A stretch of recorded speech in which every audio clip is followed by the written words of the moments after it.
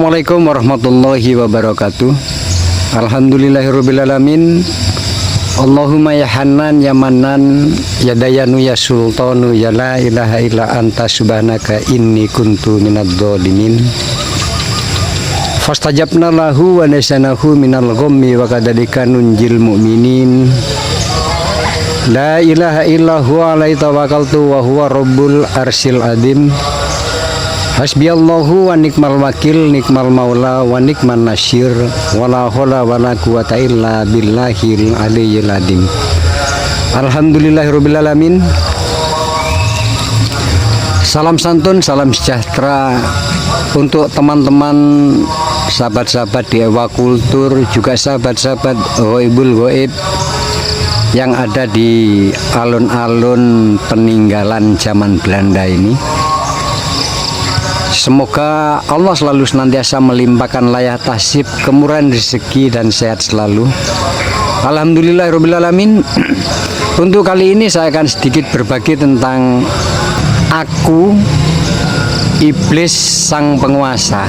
Pemahaman ini merujuk kepada makrifat akan siapa? Akan iblis. Baik dari sisi esensi dan pemahaman tentang eksistensi daripada iblis itu sendiri.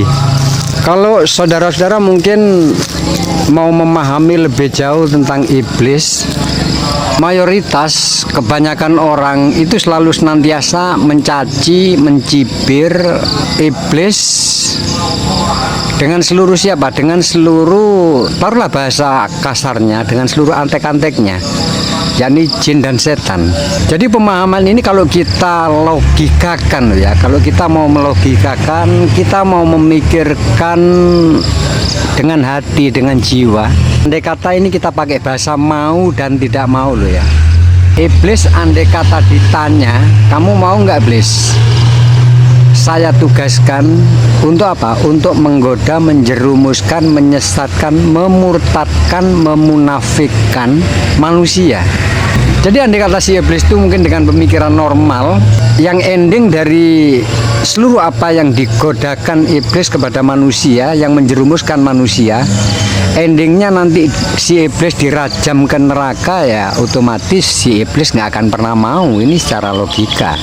Jadi kita kalau mau mengambil garis benang merah, iblis nggak ada bedanya dengan manusia. Manusia ditugaskan untuk apa? Ditugaskan hidup di dunia seperti ini. Jadi banyak-banyak untuk merangkul energi positif, banyak-banyak itu membuang, menghindari tentang energi negatif. yakni hal-hal tentang halal haram di dalam aturan syar'i. Dengan pemikiran logika pula, tidak pernah mungkin ada Al-Quran turun, tidak akan pernah mungkin ditugaskan para nabi, dan tidak akan pernah mungkin ada agama. Tidak akan pernah ada orang baik, orang suci, orang alim, orang ahli religi. Tidak akan pernah. Tanpa siapa? Tanpa peran serta si iblis. Iblis menggoda manusia, menjerumuskan manusia secara umum yang kita ketahui. Nah, otomatis akan mengangkat derajat siapa? Derajat orang-orang yang notabene beragama. Itu pun siapa? Itu jasa si iblis. Tanpa ada iblis, manusia tidak akan pernah belajar. Tanpa ada iblis, manusia tidak akan pernah untuk apa? Untuk iman, untuk beragama. Tanpa adanya si iblis yang ditugaskan oleh Allah untuk menguji manusia, dunia akan adem ayem tanpa godaan, tanpa apapun. Itu secara logika. Ada mungkin kalau teman-teman mau mencari tentang kitab-kitab bagaimana dialog iblis dengan orang-orang yang terpilih. Kita banyak tahu tentang bagaimana eksistensi iblis.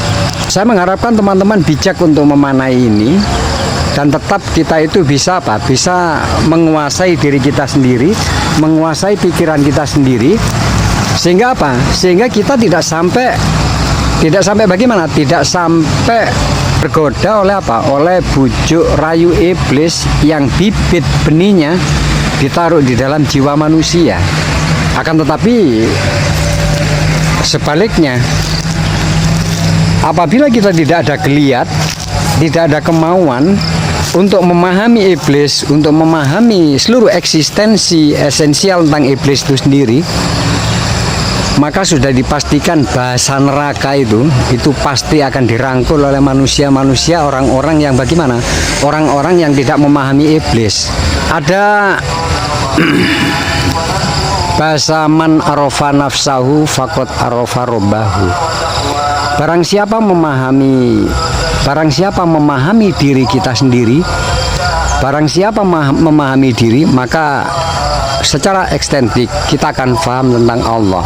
Tapi jangan dilupakan, kita beribadah, sembah, sujud, andai kata tidak ada kalimat atau bahasa jelek, sesat, murtad, negatif, maka tidak akan pernah pula agama. Gimana mau ada agama kalau semua orang di muka bumi semuanya baik, semuanya bertata krama, tutur katanya dijaga? Mana mungkin akan ada agama? Impossible, nggak mungkin sama sekali. Jadi manusia di muka bumi 98% itu dikuasai siapa? Dikuasai oleh sang iblis. Iblis menanamkan benih-benih kenegatifan, yakni energi negatif, itu dalam dada manusia, dalam jiwa manusia. Manusia ditanamkan benih syirik, manusia ditanamkan benih kedengkian. Di dalam diri manusia ditanamkan tentang emosional, tentang amarah.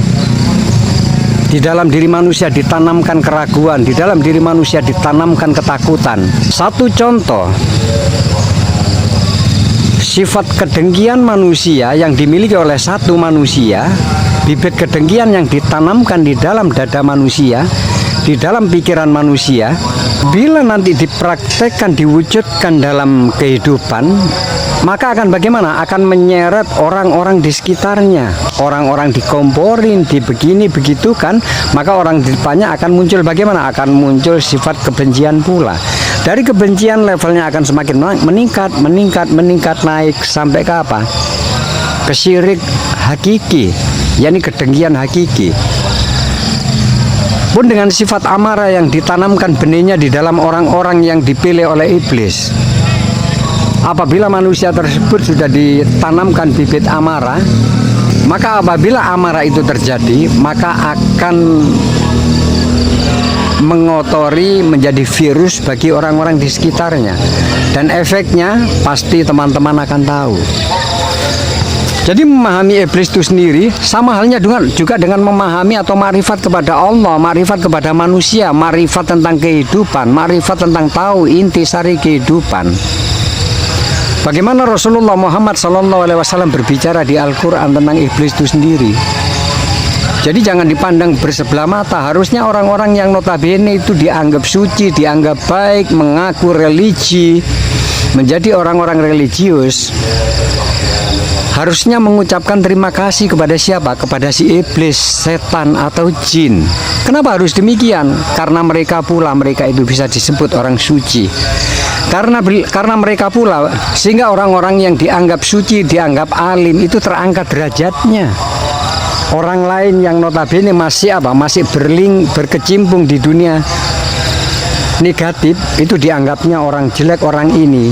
Makanya di video-video yang lalu saya sering menyebutkan, tidak usahlah kita itu selalu senantiasa mendoktrin orang yang tidak segolongan dengan kita, orang yang tidak seakidah dengan kita, orang-orang yang belum untuk sujud, syukur, sembah, sungkem kepada Allah, itu dianggap, didoktrin langsung orang murtad, orang ini, itu segala macam.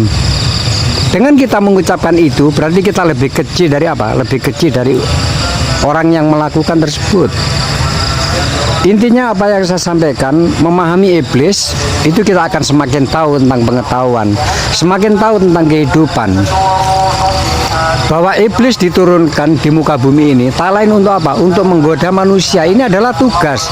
Sama seperti apa? Belatung diciptakan oleh Allah, lalat diciptakan oleh Allah, yang selalu senantiasa ada di benda-benda terkotor, benda-benda busuk, bangkai-bangkai busuk. Itu ditugaskan. diperintahkan supaya apa? Melakukan hal demikian. Apakah belatung dan lalat bersalah? Enggak, kalau mau menyalahkan ya salahkan Tuhan. Kenapa Tuhan menciptakan lalat dan belatung? Kenapa pula kalau kita kembali kepada diri manusia, kenapa Allah menciptakan syirik? Kenapa Allah menciptakan dengki? Kenapa Allah menciptakan hal-hal yang dianggap energi negatif? Dari sisi pengetahuan filsafat teologi. Intinya lebih enjoy, lebih enak kalau kita itu menganggap diri kita selalu senantiasa menjadi orang biasa, tidak semena-mena kita itu seperti apa. Kita itu seperti keponakannya Tuhan. Main menilai orang lain, mau main membiji, mendoktrin orang lain dengan apa? Dengan kata-kata murtad, sesat, apalah segala macam. Fahamilah peran iblis.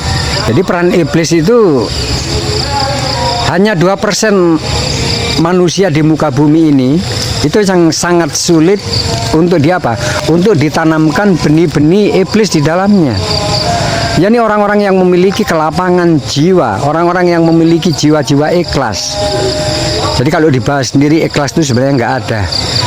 Karena ikhlas itu letaknya di dalam dada, dan yang tahu tentang ikhlas itu sendiri itu manusia-manusia terpilih yang betul-betul divergen. Makanya kalau berbicara tentang sabar, berbicara tentang pasrah, semuanya kalau difahami secara analitik, semuanya adalah hanya kekosongan. Yang sangat sulit sekali apa? Manusia untuk sampai di dalam yang saya sebutkan tadi. Jadi memahami iblis itu bukan seperti sekarang ini yang disebut viral. Ada penampakan diviralkan, ada gundurwo, ada kuntilanak, ada segala macam sebutan di setiap daerah. Itu diviralkan, dihebohkan. Yang terheboh adalah bibit iblis yang ada di dalam jiwa manusia, yang ditanamkan di dalam manusia. Mampukah kita itu mengambil alih tindakan penguasaan, kekuasaan, pikiran oleh iblis? Kita kuasai sendiri. Kembali lagi, pengetahuan, pengalaman itu akan mendominasi tentang cara berpikir, cara bertindak, cara berbicara. Orang-orang yang memahami apa? Yang memahami tentang pengetahuan itu sendiri. Pastinya iblis adalah salah satu makhluk di jagat raya ini, di semesta ini, itu yang ditugaskan untuk apa? Untuk menanamkan bibit energi. Sedangkan Allah adalah pemahaman tentang energi positif. Kekuatan energi positif dan energi negatif itu tergantung manusianya faham tidak tentang pengetahuan, tentang makrifat tersebut. Kalau hanya makrifat tentang pengetahuan tentang Allah, makrifat tentang diri manusia, sementara waktu tidak pernah memahami, tidak pernah makrifat, tidak pernah mengenal, tahu, faham akan esensi iblis dan substansial eksistensi iblis, ya kita akan menjadi orang-orang yang seperti ponakan Tuhan, yang akan selalu senantiasa ngomongin orang lain, bicarakan orang lain, sementara bagaimana? Sementara tidak tahu secara rinci tentang alasan-alasan bagaimana apa? yakni makhluk diciptakan oleh Allah, ditugaskan oleh Allah akan apa? Yang berwujud ujian atau bagaimana? Atau godaan bagi manusia. Intinya saya berharap teman-teman di Ewa menyampaikan sedikit-sedikit. Semoga banyak memahami dan bisa mengambil intisari dari sedikit pemahaman yang saya sampaikan. Iblis harusnya bagaimana? Seharusnya, ini dengan pikiran sadar loh ya, dengan pikiran sadar dan kita sengaja.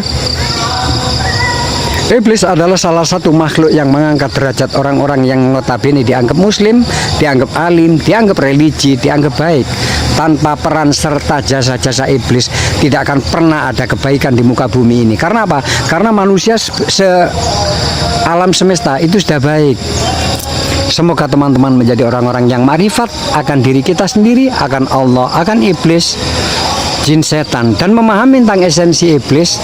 Itu kita bijak, betul-betul ada mentor yang menuntun tentang pengetahuan tersebut, bukan kok kita ngawur. Semoga jiwa teman-teman, pikiran teman-teman Kita mampu menjadi penguasa bagi diri kita sendiri, kita mampu menjadi penguasa bagi apa? Bagi pikiran kita sendiri, sehingga kita memiliki kebebasan bersyarat untuk berekspresi. Selanjutnya kita bisa menikmati hidup, kita menemukan tentang arti ketenangan hidup, kebahagiaan hidup, sehingga kita tidak dikungkung oleh pengetahuan-pengetahuan yang notabene tidak pernah makrifat di dalamnya. Semoga teman-teman semakin makrifat, semakin selalu senantiasa sehat, berlimpah tentang layak tasbih Allah. Saya Ewa Kultur di alun-alun tersebut. Saya ikhri wabillahi taufik wal hidayah. Wassalamualaikum warahmatullahi wabarakatuh.